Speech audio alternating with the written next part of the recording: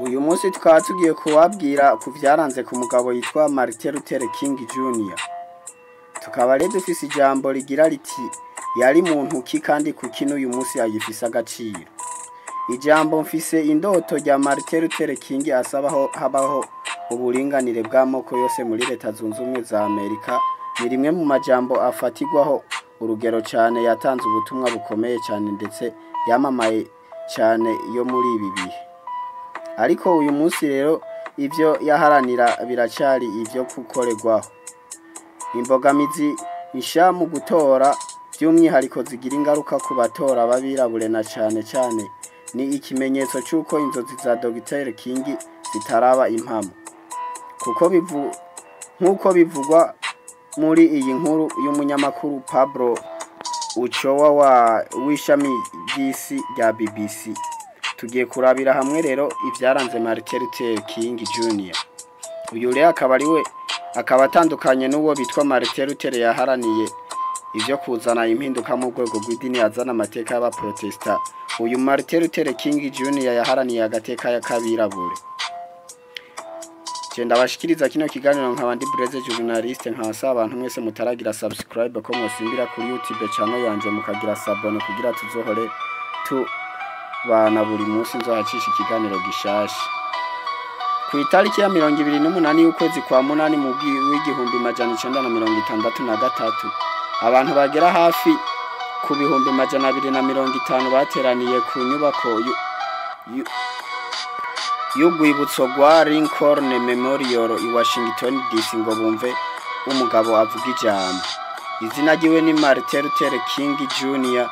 ndetse amagambo yavuze aracafise agaciro ku isi na n'uyu munsi. Ivangura amoko rero cyangwa gutandukanya abazungu n'abatarabazungu ryari rigikurikizwa mu mategeko mu majyepfo ya Amerika. Abirabura n'abazungu baratandukanwa baba mu turere dutandukanye bakarira muri restaurant zitandukanye bakanwa amazi mu mari batandukanye ndetse bakagenda bicaye mu bice bitandukanye mu mabisi. Muri ico gihe rero amategeko yagena byinshi mu bigize ubuzima bw'abirabure agatuma bahembwa amafaranga makeya ku kazi kabo bakabaho mu buryo bubi cyane ndetse bagahabwa uburezi budafise ireme. By'umwihariko rero amategeko avangura yatuma bigorana ko kubatora ababirabure kuba batora abadepite bashobora kuba bahindura ayo mategeko. Ariko niba wibwira ko inzozi za Dr. King zitakijanye n'igihe bishobora kugusaba kongera kubitekerezaho. Nkuko umuryango wiwe bwite ubivuga amezi makeya hashize wibukije ko nyinshi mu nzozi za Dr. King zitaraba impamo. Muri leta rero zigeze kubamwo ivangura ruhu inteko zishinga amategeko ziyobowe nabo mu ishaka y'abarepublika zatumye hajaho amategeko mpirimbanyi zivuga ko aheza abanyamuke n'abatora babirabure by'umwihariko. Ayo arimwo ibisabwa bikaze byo kugira ngo umuntu abone indangamuntu ndetse harimo no kubuza guha ibiribwa canke amazi abantu bamara amasaha batonze umurongo bategereje gutora.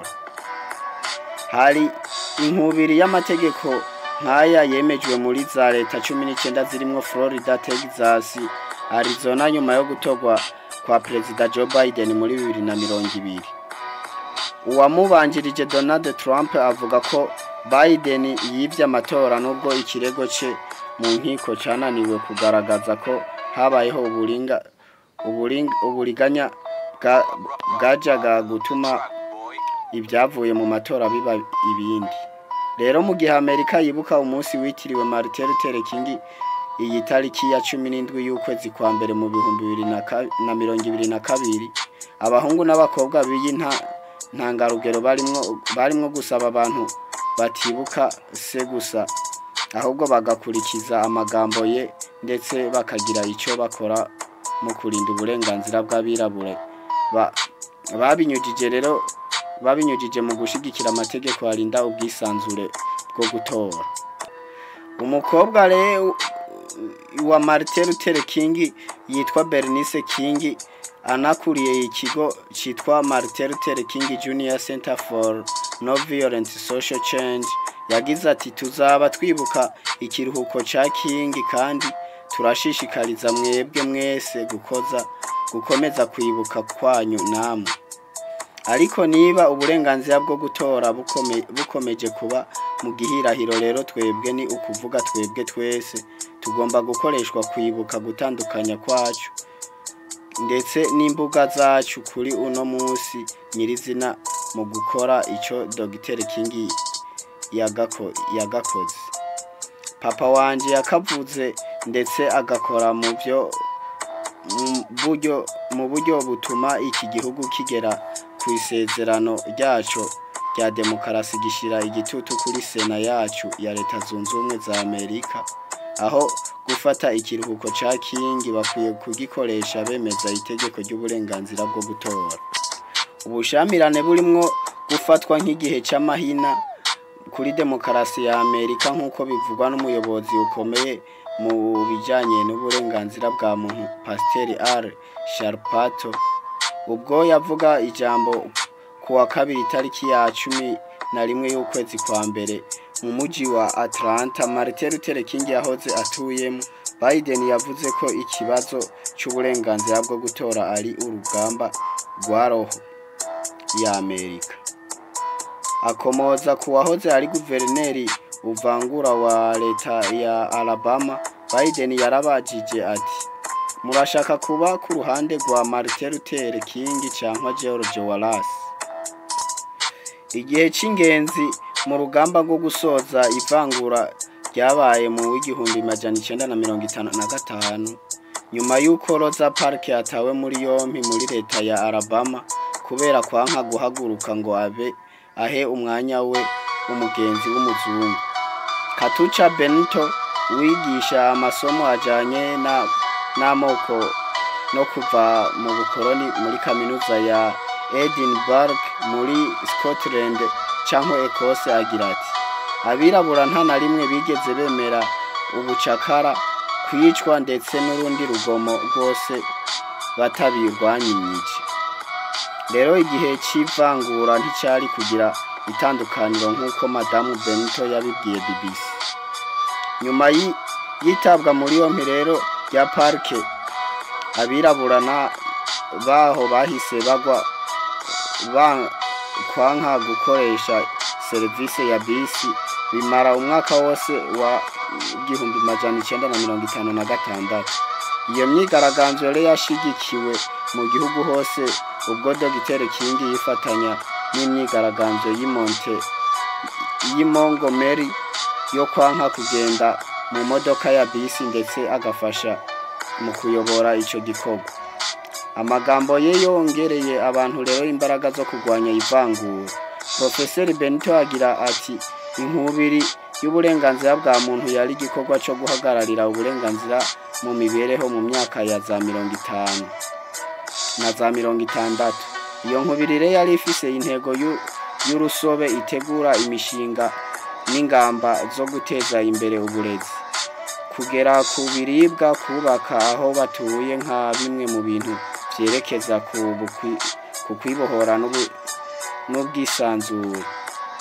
Muri iyo ntego rero ibikorwa byo guca ivangura byari bikubiye mu rugamba rugari rwo guha indi sura umuryango mugari wa Amerika.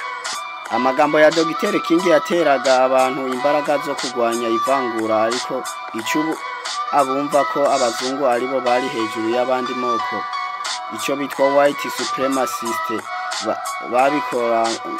babikoraho cyarimwe ubugome bwinshi.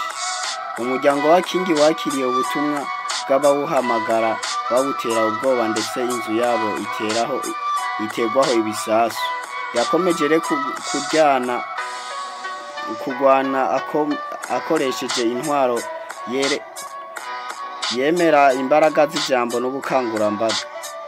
Yemera kugwana mu buryo butarimo urugomo ndetse yanka kugira icyo akoze agikoresheje n'urwango. Professor Benito avuga kandi ko urugamba rutarimwo urugomo rwa Dr King akenshi rusobanurwa ukutari ko rugahabwa igisobanuro coroheje cyuko rwari uburyo bwo guhebera urwaje kutagira ico abikoraho, ariko yemera ko rwari rurenze ibi. Agira ati uburyo bwa Dr King bwari busobanuye cyane kutagira urugomo nk'uburyo bw'ubuzima yateganyizaga Amerika, umuryango mugari utarimwo ivanguramoko urimwo uburinganire n'ubwisanzure. Urugendo rw'i Washington rugamije akazi n'ubwisanzure bwo mu 1963 rwabaye igihe cy'ingenzi ku nkubiri y'uburenganzira bwa muntu. Iteraniye ku zuba ryinshi ryo ku mpeshi i Washington DC, imbaga y'abantu yararebaga ubwo Dr King yavuga ko ku ngamba ze zitarimwo urugomo, asaba ko habaho ubwuzuzanye bw'amoko.